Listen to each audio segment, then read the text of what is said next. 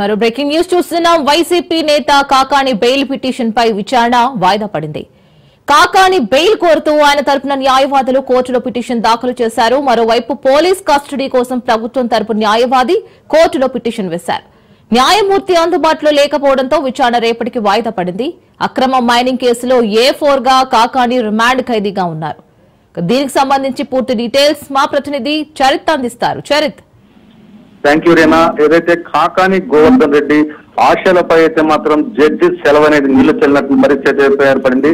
అయితే జడ్జి అందుబాటులో లేకపోవడం ఈ రోజు విచారణకు వచ్చినటువంటి కాకాని గోవర్ధన్ రెడ్డి బెయిల్ పిటిషన్ అలాగే కాకాని గోవర్ధన్ రెడ్డి కస్టడీ ఈ రెండు కూడా రేపటికి వాయిదా పడేటువంటి పరిస్థితి.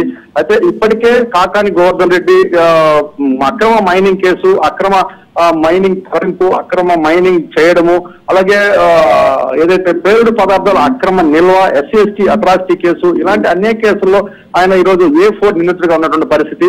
దీనికి సంబంధించి కాకాని గోవర్ధన్ రెడ్డిని రిమాండ్ కి తరలించారు. రిమాండ్ లో కాకాని గోవర్ధన్ రెడ్డి అజ్ఞాతంలో ఉన్న కాకాని గోవర్ధన్ రెడ్డిని ఏపీ పోలీసులు కర్ణాటకలో పట్టుకోవడం, కర్ణాటకని తీసుకొచ్చి వెంకటగిరి కోర్టులో ఆయన హాజరుపరచడం, వెంకటగిరి కోర్టులో అతనికి రిమాండ్ విధించడం. రిమాండ్ కు వచ్చినటువంటి కాకాని గోవర్ధన్ రెడ్డి ఈ రోజు బెయిల్ కి అప్లై చేశారు.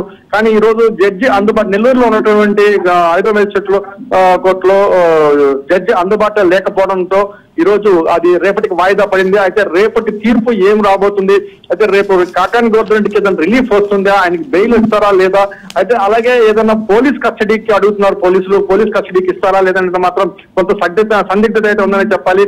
కాకాని గోవర్ధన్ రెడ్డి తరఫున రోజారెడ్డి ఆయన వాదిస్తున్న ఆయన వాదన వినిపిస్తున్నారు. అలాగే ప్రభుత్వం తరఫున ప్రభుత్వ లాయర్ అయితే మాత్రం ఈ రోజు ఉన్నటువంటి పరిస్థితి ఉందని చెప్పాలి. ఏది ఏమైనప్పటికీ రేపటికి వాయిదా పడేటువంటి కాకాని గోవర్ధన్ రెడ్డి విచారణ రేపు కోర్టులో ఏం తీర్పు రాబోతుందో మాత్రం సర్వత్రా ఆసక్తి అయితే నెలకొందని చెప్పాలి.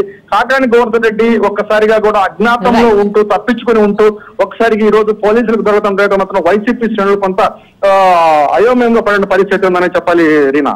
Right, thank you for the update.